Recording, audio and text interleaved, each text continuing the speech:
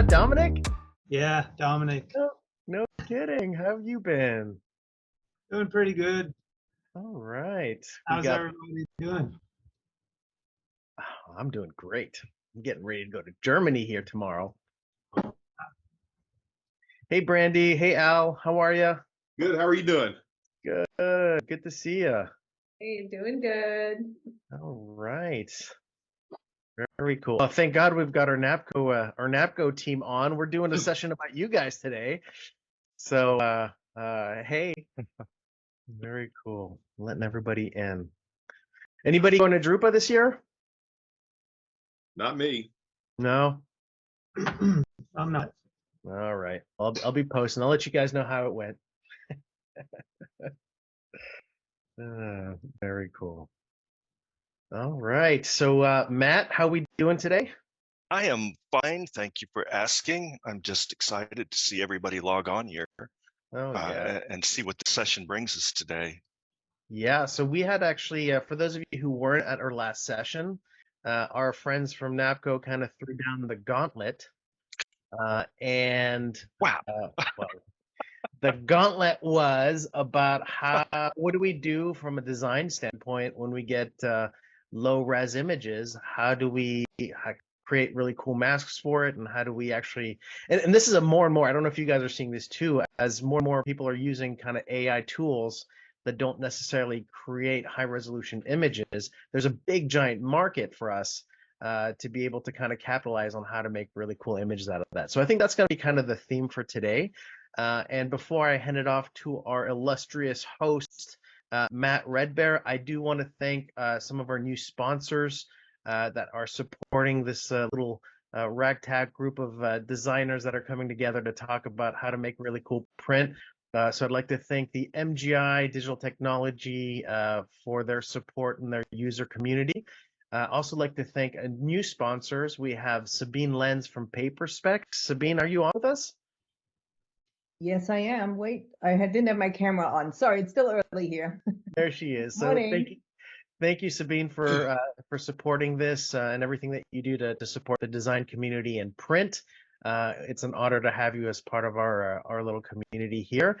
And we also would like to thank the Digital Embellishment Alliance, which is basically a nonprofit group for people who are in the digital embellishment markets on how we can get together and grow the market together. So with that being said, thank you to our wonderful sponsors. And Matt, please take it away and let's have you kick off this conversation. Okay, thanks, Chief. I am in the chat notes right now, and I just sent my usual list of resources, you know, the About Me, things about the last meeting, our YouTube channel, our sponsor, that kind of stuff, and a link, I think, to the meeting before last. I wasn't able to grab the last one. If anybody and everybody here that's on the jetforce.com, this is always reposted. So if you know of anybody who is interested in the content of this meeting that we're about to have, please go there. And I think you also post them on like LinkedIn, do you not, Kevin? Yeah, they're on YouTube. So I'll go ahead and post the last month's one for everybody, so that for those of you who couldn't make it, you always have access to it there. So I'll put it in the chat for you, buddy. Great, thank you. So if you all would just, look at what we're putting in the chat notes, maybe bring that up to the side. And if you have a question, if you have a comment, feel free to put it there as well. And then we can make sure that you're not left out on the conversation, that you're not overlooked. So last time, a month ago, we got on this conversation, and it kind of, we were talking about what can be done and what can't be done. And then we keep hitting these roadblocks like, well, I'd like to be able to do that, but I have this roadblock, and the roadblock is resolution. So these girls over here at NAPCO, thank you for the package, by the way. Yeah. And Kevin and I both got what you came up with as far as what we had so glad you both got them in time. We got here this morning. I ran out to get it this morning. Good timing. Yeah. My lighting here is not very good, but this thing is just dazzling. So what I would like to do is have some kind of a discussion on this, because I prepared this file, not the embellishment part, but the image base, sent it over. They downloaded it and took it and then did their magic on it in the way that only a true artist can do it. And so this is what I'm really liking to see in this group, is that the real-time, real-world project, like, hey, let's do this thing and see if we can make it happen. So I think one of the biggest challenges you have, and thank you for your little sample flyer here that shows your little design inspiration on what can be done and what can be suggested for, and I'm sure this comes in handy. People are like, oh, I can do that. That's a possibility. I can have that kind of texture. I can do that on color. So that gives people a lot of good idea inspirations with just some basic building blocks. So that's a really good tool you're putting out. I got your file and I want to start to share my screen and step through what I did, and then we'll have the girls talk about what they did. Well, was this AI generated, or was this actually generated by you guys by hand? It was from someone. They wanted a poster and like embellished and all that, but then the little image that they sent us from some internet comment that they grabbed was just so low resolution. I was like, I feel like I can't do anything with this unless I have a way to, step it up and make it better. So For sure. Literally where it started, someone wanted a poster. So this is are you all seeing my screen here? Yep. Okay, this is what you gave me. It was a JPEG. It was 1.13 megabytes. So that's actually not too bad. If you want to break it down in dimensions, it was 5.3 by 8 inches at 96 dpi. Oh. So that's sometimes in today's world of WebP, a lot of the things that I see on the internet with the ping, this is typically a much smaller file size than what people are putting on the internet these days for display on screen, because people want to zoom in, they want to get a better representation, they want to, the broadband internet now can handle these things. But this looks like it was put up on the internet a while ago based on these specs. So first of all, I went in to look at it and I'm like, oh, look at that. That's terrible. Yeah, that's tough. Yeah. Oh, I should have brought it. We have a size of this printed out with the low resolution and then our high resolution right next to it, just to show them what that AI did. It was just night and day, kind of. Look at all this compression algorithm here. Yeah. Look at all, not only is it just pixels, look at all the noise and loss of detail. Okay, I'm dating myself, but when I started doing design work, professionally, I've always done, design work, and I was completely unaware of what print requirements were and what printers did versus what people in the world did. And the internet didn't exist yet. So that's how long ago it was. A JPEG, well, it was the very early days, but no, you had AOL online if you were lucky, and that got you online through dial-up and made all these terrible noises, and it took forever to do anything. But your images back then had to be extremely compressed, so they came up with JPEGs, which are not images. Right. They are a pseudo representation of images that use squares. It's broken down in squares. Those squares, you can see these squares here, like here's a square right here. Yeah. And you could see a good one here. You can see these squares here. And within those squares, it creates smaller squares and applies a fill and a gradient to the interior of that square. So it keeps the larger the smooth area, you'll have bigger squares, and the more detail in an area there is, it will make a bunch of smaller squares and then create a fill for those. So it's actually not, that's why the file sizes are smaller for JPEGs. They're just not pixels. Just like Monet, it looked good from far, but when you get closer, it's far from good, right? Yeah. So the more compression you use, the bigger the squares get, and the more rudimentary the fill gets. So this is, I'm thinking this is an older image off the internet. There's no detail in the lashes whatsoever. And there's just so much compression here. It's just horrifying. And I got this ladies, and I was just kind of mortified. I'm like, oh my God, what have I gotten myself into? And well, real quick, I have a question for everybody here on the call before we jump into how you did this. Is this something that you guys ever run into, like low resolution files that come to get printed? I don't know, Brandy or Al, or do you guys run into this kind of stuff at all, or not so much? No, it happens in our wide format division on a regular basis. So it's constantly happening there. And they're using AI to correct it, where we used to have to go back and request new files be sent, and we go back and forth with clients trying to come up with a better photograph, because we do a lot of wall murals, things like that. And now I don't know how they're doing it, but they're using AI to fix every problem. Wow. That's awesome, because we started doing that about 1.5 years ago. Once Gigapixel came out and that was readily available and was proven. And once I started using it, it was still kind of shaky because it was still new algorithms. It was new data collection. It was a new model, but it has progressively gotten better over time, that's my go-to. And I'm going to through some comparisons here with Gigapixel and Upscale, which I have loaded. I'm not going to actually do the work because it takes a long time on Upscale. It could take 15, 20, 30 minutes for it to process an image this size, because that's all done in the cloud.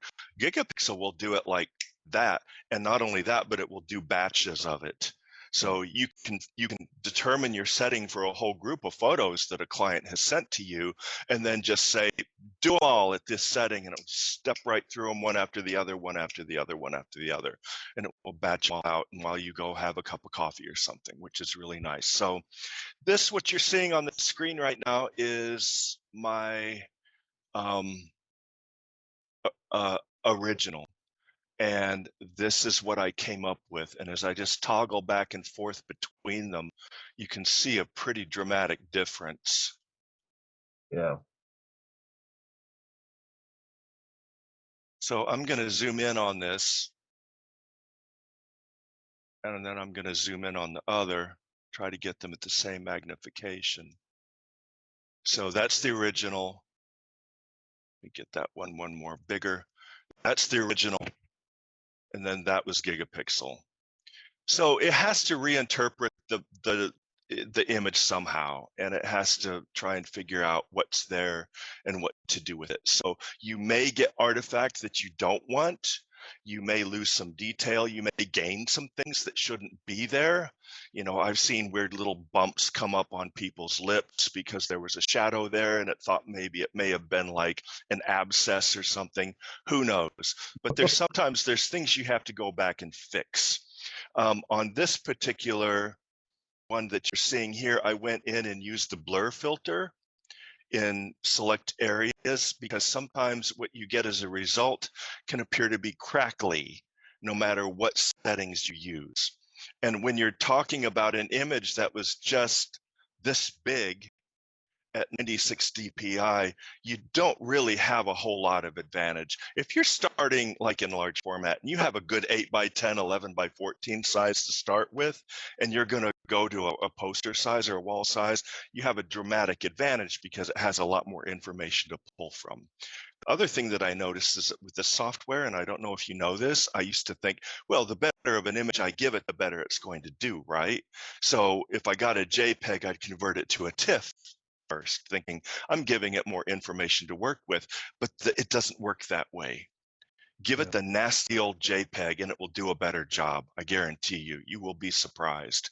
It will be sharper. It will do more interpretation of the image, and you'll come out with a better product. And I learned that the hard way, because I thought, clean it up first. Nope, don't. And a quick question, Sabine, are you seeing a lot of this also in your design communities? The use of AI for upscaling, is this a common known issue, or no, not yet, but I will poke the bear, as they say, because I'm excited about this and want to see what our peeps are using. Okay. Good. Because I know this is a common, believe me, I've had clients who said, oh, we're just taking the file as is. And I'm like, oh my God, no. Yeah. How about you, Brandy? Any experience on your side? We do mainly small format, but even with that, I mean, I feel like it's every day we get low res images, and I feel like a little late to the party using AI to do all this. So this is really cool. Okay. Yeah. So then I thought, well, so I created this whole thing in Gigapixel. So I thought that's my go-to, that's my standard. So that's what I sent for your output, and that seemed to do okay. Then I thought, well, what the hell, I'll try Upscale. So in Upscale, it's a little more confusing. It's a free app, by the way, that operates on your computer. You have to download it and use it like a program, but it does the processing in the cloud. So the thing about Upscale is it's free, and it's if you're into scripting and creating AI models and creating your own models, you can load your own model. You can make Really? it work with your own Python information.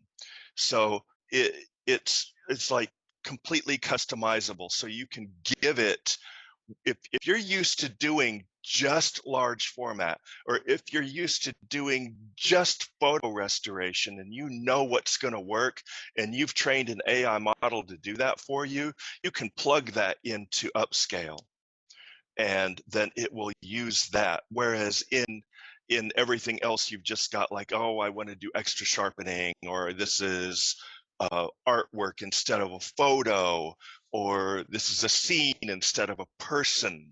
So the type of information you give it is how it's going to respond to the treatment. And a lot of times you'd be surprised, like I might get a better result on a decent image by using the very compressed setting, or there's like decent ones. There's ones that if there's lines in it, it will maintain the straight lines. It will work on keeping those lines nice and straight. So if it's an architectural rendering with nice sharp edges on a building, it will try to work on those and keep them sharp and clean instead of any kind of little jagged pixelated noise that could be generated on the edge. So you have to be really careful about the settings that you use. But this one I did in Upscale. This was an ultra mix balanced. It seems different when I toggle back and forth. They look very different. So if I were to zoom in, Yep. you can see it looks really crunchy versus the one that we actually used. See? That's super sharp. It's Yeah. too much. Yeah. It's too much. Now let me see if I can open another one where I used an anime. I thought, well, it's a different kind of art, so let's see what happens. So this was an anime setting, and I actually ended up liking this better than everything. Wow. So this was my Gigapixel that was actually used and printed, and this was Upscale anime. That's a big So difference. Which one did we end up using, or is that a secret? Are you going to tell us at the end? no, I only supplied them this one from Gigapixel. Oh, and we actually, after you showed me how to do Gigapixel, I actually took it and ran it through Gigapixel myself under like a high fidelity and some other little tweaks that I messed with. Awesome. Because that's the other thing about Gigapixel is that you can change. I mean, when you do it, okay, let me back up. When you do it in Upscale, you can do it 4 times or 8 times. That's it. So it will do it as a 4x increase, whether you need all that or not, or you can double the result and get an 8x. So you just have basically 2 increases. If you're using Gigapixel, so that was Upscale. If you're using Gigapixel, you can put it in exactly up to 6 times. When you go beyond that, it's no longer AI. It's just interpolation. Which for years, if you don't know what the interpolation method was, probably for the last 15 years, the only way you could upscale something was with interpolation, interpolative software. And so that's why you would make a billboard this big And then when you're ready to output it, you would interpolate it into the size it needed to be at the resolution it needed to be using specific algorithms for that purpose. So, and that was a separate set of software that we used on the Macs in order to accomplish that. That way you weren't working at the size it was and dragging down your CPU and GPU in order to process the file, because we didn't have all that back then. We didn't have these M1 chips. We didn't have this NVIDIA stuff. So anyway, once you get on Gigapixel, once you get past 6x, it's just that interpolation algorithm. Okay. So be aware of that. But between 0.5 and 6, you can select anything you want. And that's the beauty of how that's structured. You can put in 0.75 times increase, or you can decrease it. You can make it half the size, and it will still include that sharpening, that AI treatment in order to get rid of the noise, smooth things out, and whatever you want to do with it. So this is what I ended up as liking the best, but this is what I ended up sending out for use. And this is with the blur tool. I took it back in Photoshop and blurred a lot of this crunchiness.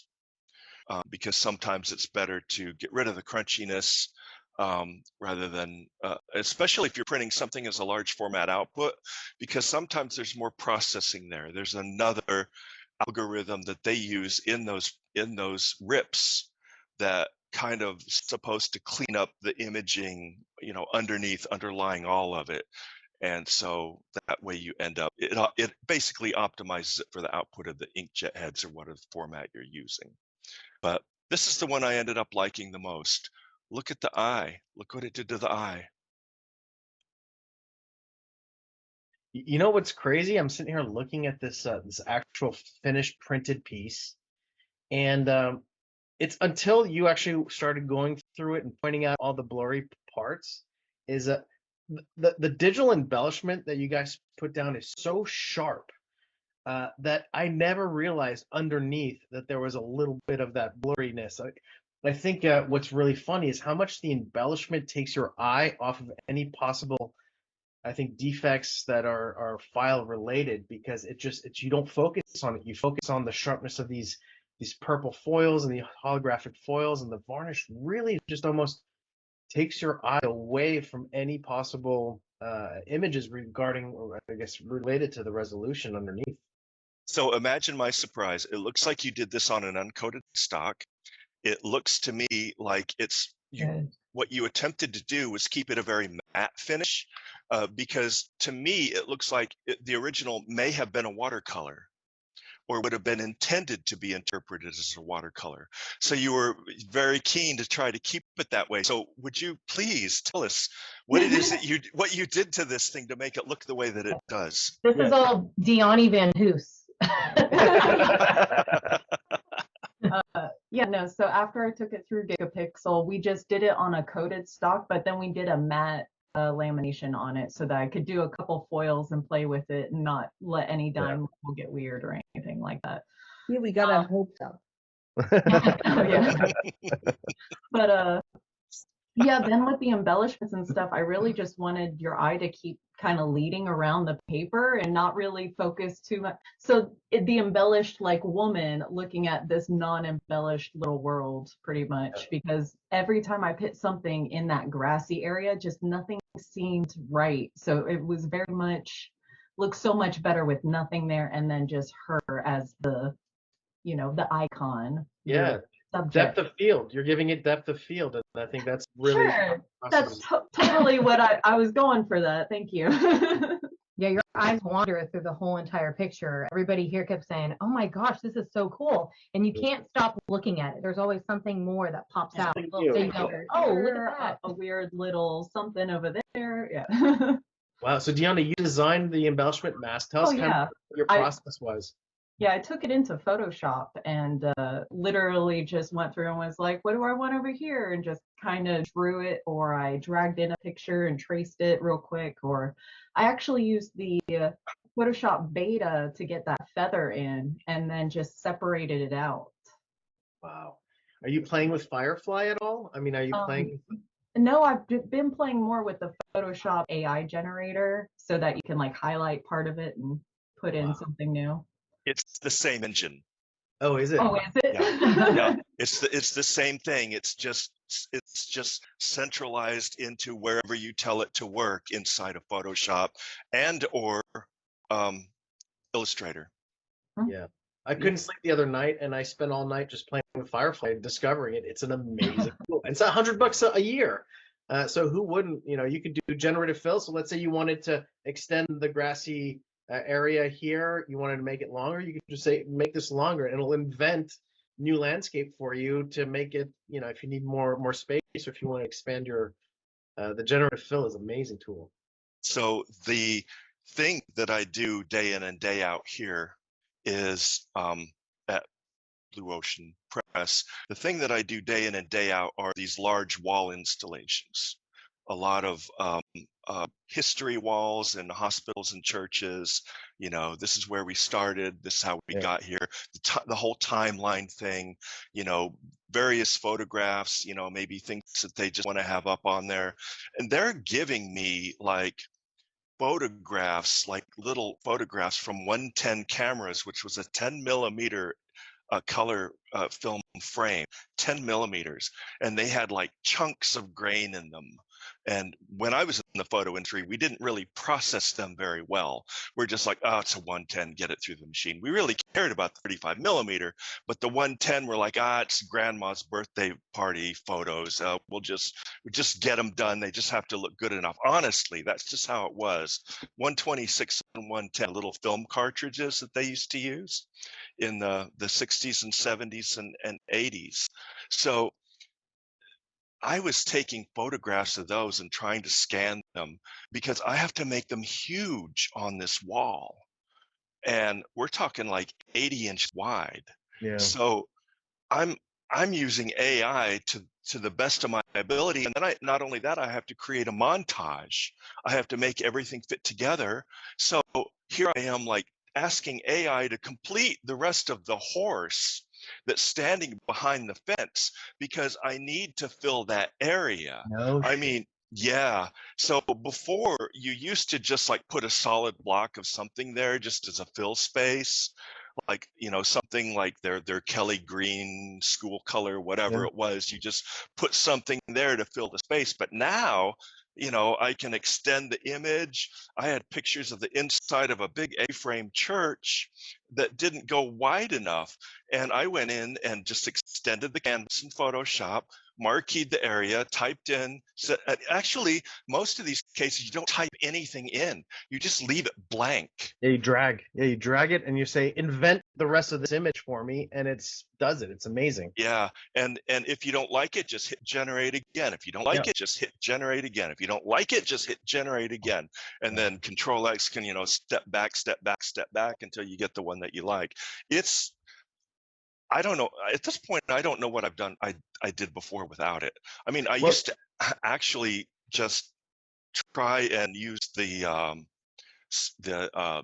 clone stamp and all that and try and fill it in, or I'd go and find a stock image on the internet and try and mask it in and make it look natural. So I have a question. So I think it's a good question.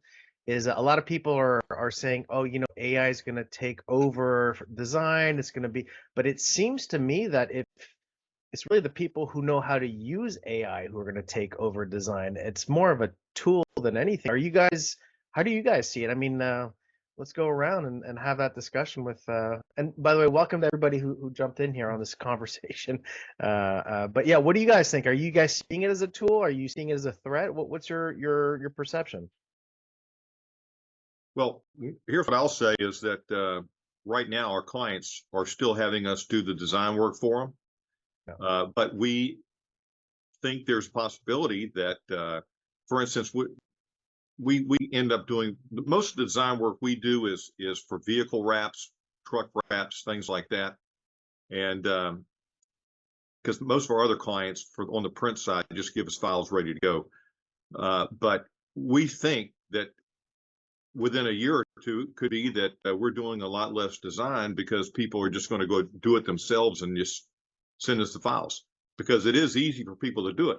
Now, if that happens or not, I don't know, but we think that's a possibility. And by the way, I just want to add this: we're using we're using Let's Enhance AI for upscaling pictures. And what it says on the landing page is upscale without losing quality up to 16 times. I don't know if that's good or bad, but that's what we are using. But yeah, we think design we might be doing less of that. Yeah, well, it could be a good opportunity for to grow creativity. And let's see, how about anybody else? Sabine, I'm really Heck no, don't even. You know me. I was popping up here. I think there will always be a need for designer, because design. How do I say this nicely? Not everybody who has a keyboard is not a designer. Right. There is something to this. There's, interpretation. There's what you want the eye to focus on. What's the message you want to get across? AI is not there. AI Right. makes pretty things, but no offense, there's a limit to what it can do interpretation wise. Like if you want to do a marketing campaign with a special focus, AI does not know where to start. Right. It needs a conductor. I believe that the people who know how to use AI as a tool, they definitely will win. They definitely, it Yeah. can't be left alone. It's still like an infant or a toddler who should not be left alone in the house, because what happens when you come back. Yeah.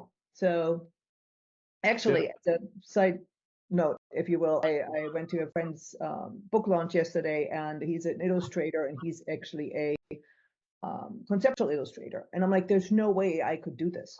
Right. Because he takes things and then he tweaks something, and it's just so clever. Yeah. Okay, there's no way.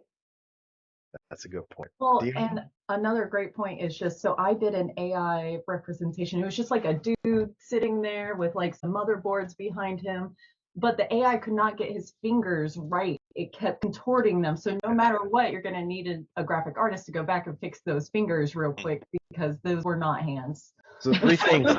Yeah, you have fingers, you have teeth, and you have text. Those are the 3 things that AI really struggles with, for sure. So it can't do those 3 things. Yeah, and then there's one thing I'd add is it's true right now. It's pretty limited, but in a few years, the way it's advancing is just so rapid. Yeah. And I think creative wise, it will be able to come up with great designs, but I'm talking 3 to 10 years.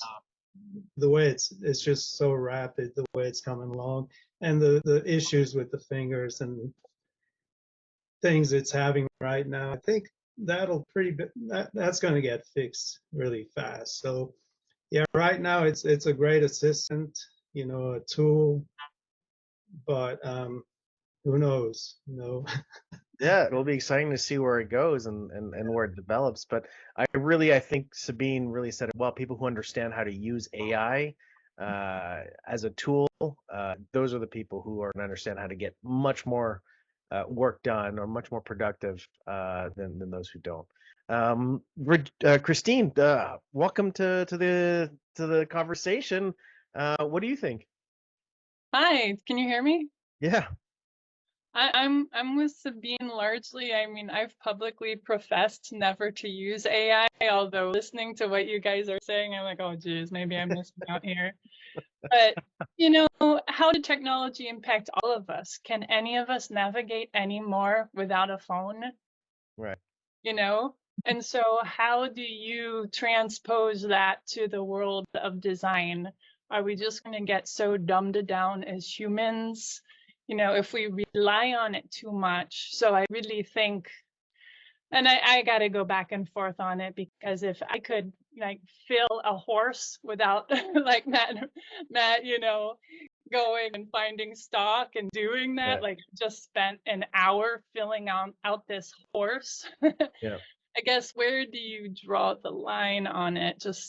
I think we have to just keep checking ourselves to make sure that the content, the messaging, that certain spark that only a human can imbue a project with. Yeah. Finding that happy balance. Well, and it's important for, I think, the designers of tomorrow to be taught these skills, right? I mean, we can't have these skills go to waste. We can't lose this knowledge that we've built up as designers. As you said, there is a potential dumbing down in the market, in the industry, if we don't do this. Oh, So Christine, a lot of what you do is patterning, correct? Right now in my life, yes, that's true. Yeah. So you deal a lot with repeating patterns, seamless patterns. You deal a lot, I don't know if you deal with, say, stochastic output, more random, unusual. But the majority, I think, of what you create are repeating or like a seamless type of pattern. Right. So she designs foil. She designs these foil very patterns cool. that are embedded in foil. So whether it's holographic in nature or just the way that it reflects the light, that type of thing. And I'm not trying to change your mind on the use of AI, but people are starting to get used to the thought of what things look like. With the use of AI, it's creating a new kind of look, it's creating a new kind of feel, and a lot of the elements that graphic designers do use, because for me, it's just another tool in my tool belt. It doesn't change the way that I think about designing things. It doesn't change the way that I pattern things out in my head in order to create a project. But it does, if I hit that wall and I'm like, God, I just don't know what to do here, I'll just open something and enter a prompt and see what comes up. And then instantly I have some inspiration. I'm like, that's an awesome pattern. What if I put that in the background? Yeah. So, and that was the background of my Christmas card this year, because I couldn't find anything that I wanted. I couldn't, and I'm not an illustrator either. I can't draw that type of thing. I'm not good with charcoal or pens or brushes or anything like that. So if I can't find it on a stock image site, which I'm heavily dependent on, then I will just ask AI to try and generate it for me, and sometimes it'll come through. So for me, it's design inspiration, but it's not the end all product. That's a good point. That's a good point. Mark, you've been quiet. Thank you so much for joining today's session. What are your thoughts kind of on using AI? In this case, you joined us, we're talking about how to upscale an image. And now the conversation's kind of morphed towards more of a creative standpoint. Where do you stand? Well, we've been doing it for 3 years, testing it, seeing what's going to happen, because we see it like you do. Any designer doesn't want to look at this as not being smart, because it might save them time, might save them things. And it is just like, not saying it's another tool. Right. And we know designers are going to use it. So we started testing this 3 years ago, and it's getting a lot better. I tell you what, it used to have some strange elements coming in, and it's doing much better. But I also agree with this. People who are really creative, it's their intent on a response. And that's something you got to get into the head. And that's one thing I think good designers do a great job of, is eliciting a response. So Mark, what you're saying is I was right. Yeah, for once, maybe. No. But I'm always right, Mark? By the way, and I joined Mark these and I go things. way back. I can say this. So. And I join these things because I learn a lot. We're trying to help designers. We're trying to help printers. So I appreciate everybody sharing this information. But I think it's just another tool. We can't be scared of it. We just got to sit there and say, hey, could that save me some time? Because at my age, which I'm a little bit older than Sabine, not much, but close, anything we can do to save a little time is good for all of us. Yeah, I agree. Love Very you good. too, Sabine. So I do want to come back though to Dion. You did this image. We upscaled it. We played with the upscaling on how to get it. You did a phenomenal job designing the digital embellishment layer. I could count 4 different layers. So there's varnish, gold holographic, and purple, right? So it was a 3 or 4 pass job. Tell us about the reaction of 3 when the client actually saw the finished piece. Oh, she couldn't stop looking at it. She just kept like, oh, there's something new to see. Oh, look at that. Oh, look at that. She couldn't stop. She was so excited. Wow. And Well, you know, yeah, we go told ahead. well, we told her that, oh, it got grabbed for like a quote unquote, like little challenge for us, and she was so excited. Yeah, to but know she was that like, too. wait, everybody's gonna She's have like, it. wait, you're giving them a copy? She's like, I love it. Very That's nice. cool. Good. So it was So good. can I bring something completely different up? Please. What about the rights to the image? Because this was obviously grabbed from somewhere way back when as Oh yeah, this basically. was she literally, this wasn't going to be produced on anything. It was just for her. She was just For her office. paying for her personal poster to Okay. get done. Yeah. I was just bringing it up because that is something that in our community comes up a lot. It's like, what about rights? Right. If Right. whoever illustrated it, and in your case, no, perfectly, Yeah. it's a test and I love it. But as AI gets better and as we're using it more, there will be someone, it's a matter of time, that uses something that maybe Kevin created when he was, 10 years old. He did this masterpiece of an illustration, and then now putting it on coffee mugs and selling them. So, but AI generated the high res and whatever. So I'm not saying we have the answer to this, but I think it's So- something we should be, yeah.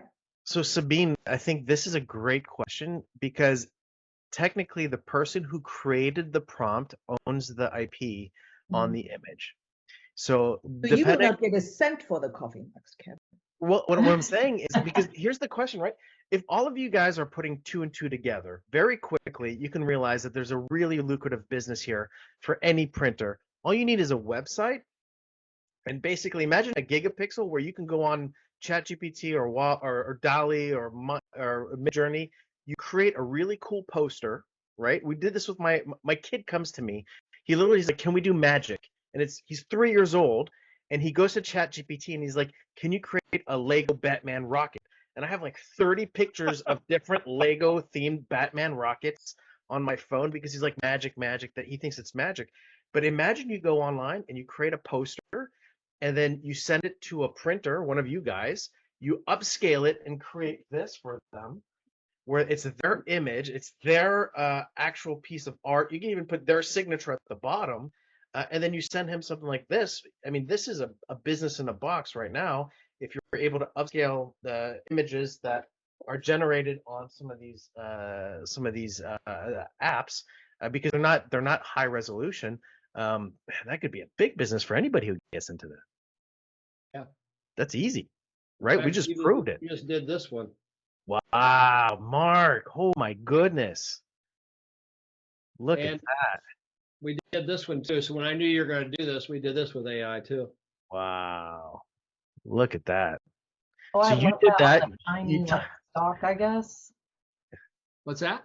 That was on like shimmery stock or something like metal. Yeah, that's printed UV flatbed. Yep. All the Nice. metallic stock with white ink. So we just took the file in AI, created it, and then we did our white ink masking with our Photoshop tool to make it Wow. metallic. That was a couple mouse clicks type thing. Yep.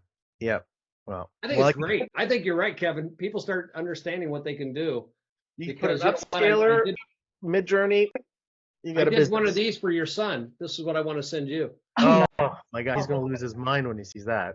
I That love is saying so stuff, cool. and then I go, wait, grab that Paula. Let's try it on that. Hold on, I got this idea. Yeah. Wow. Well, what a fantastic discussion, guys. I think it was a really, really valuable session.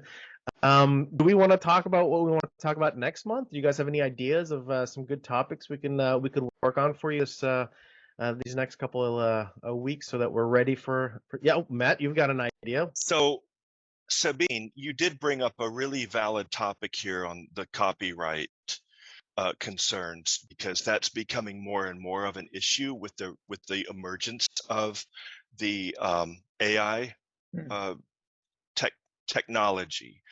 And I've noticed that any of the service bureaus that I pull stock images from are really tightening that down.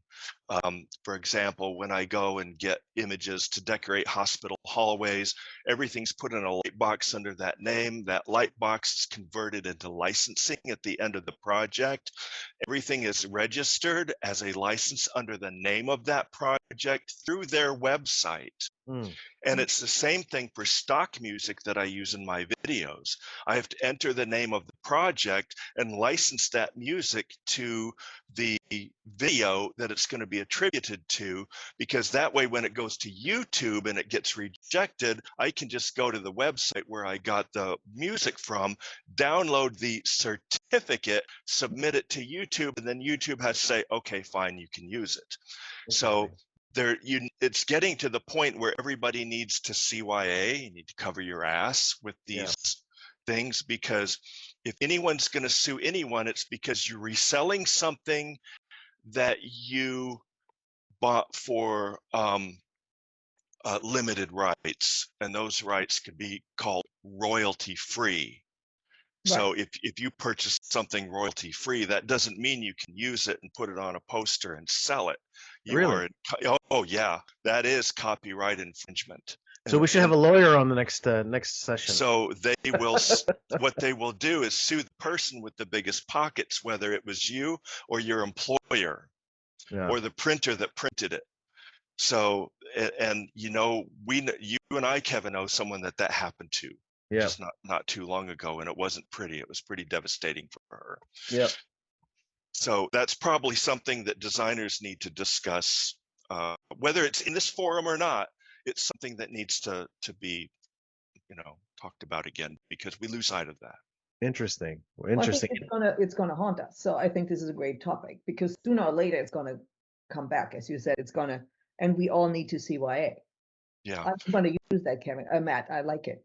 But it also enhances the integrity of the designer when you hold to that level of responsibility. So as a group, I think that would be an asset for us. Yeah. Okay, so that'll be a good topic for us to explore. I'll see if I can get maybe a lawyer that specifies in this kind of law to maybe explain it to us. That could be somebody that could kind of give us some good knowledge, maybe not. Any other ideas on topics that we want to hit next month? Oh, Matt, yep. Matt has more ideas. So this was awesome, was it not? Yeah, this whole process from talking about it, it was a problem, worked through it, ended up with my receptionist last night. She was like, oh my God, I would put that on my wall. Yeah, my wife says she wants to put this on the wall. So I think I have to give it to her now. Yeah. So this is the kind of thing that drives my passion. So anybody else or anybody who would like to be a part of this group that has a particular issue that they want to work through in real time, in the real world, we're here for that. I'm down for that. Yeah, let us know if you guys have an issue or something, a project that you guys want to help as a group. That'd be a fun project. Anyone else? Any other ideas? Yep. Okay, so I've been watching Sabine on the LinkedIn, and I love her videos of all the embellishment stuff. So I actually saw some stuff you were doing, and I've been going back and forth to our marketing department and telling them about like embellishment books and little things I can bring. I'm going on a vacation in Asheville, and they're super artsy. So I had Diani and the art department. I'm like, I'm going on vacation. Can you get me little things I can bring to hotels and like the pottery places and different things when I go in there, and little things.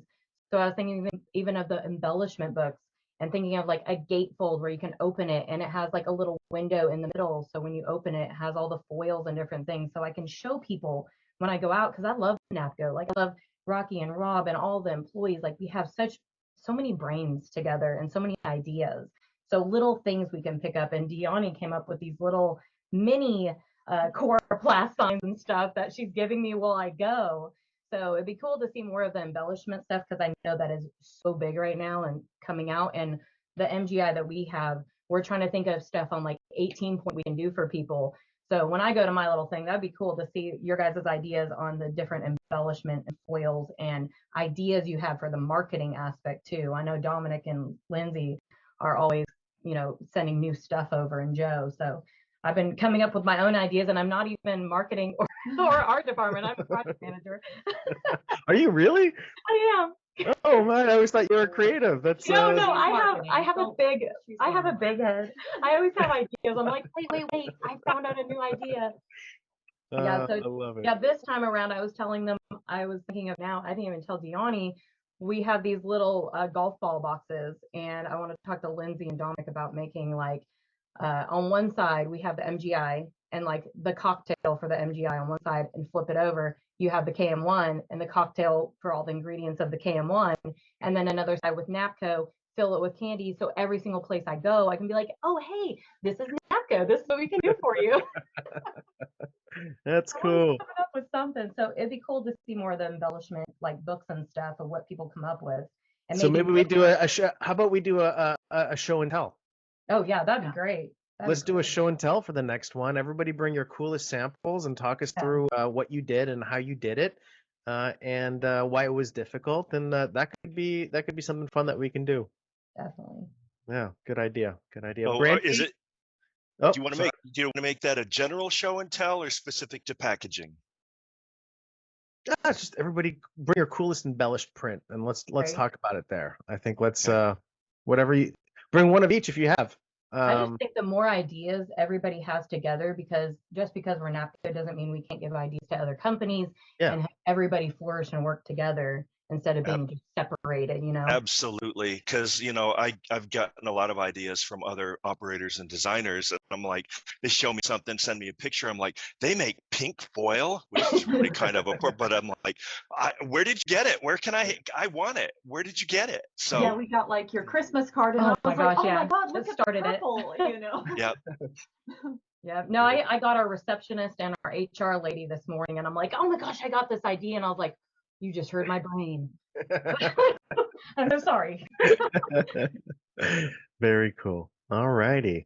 All right. Well, I guess Matt, anything else? Anybody else want to say anything, or any conversations, difficulties, successes that we want to talk about as a group? Nope. All righty. Well, in that case, you guys are amazing. Matt, thank you for hosting such a wonderful session. And Diani, congratulations on a wonderful poster that's going up on my my Hall of Fame wall here with all my cool samples. We really appreciate it, and we look forward to seeing you all next week. Thank you again to our sponsors for supporting us. We couldn't do it without you, Sabine. Thank you again for your help on this. We appreciate it, and we will see you guys. Yeah, we will see you all next month. Yeah. Take care. Yeah. Thanks, everyone. Bye, everybody. Yeah, See you, Joe.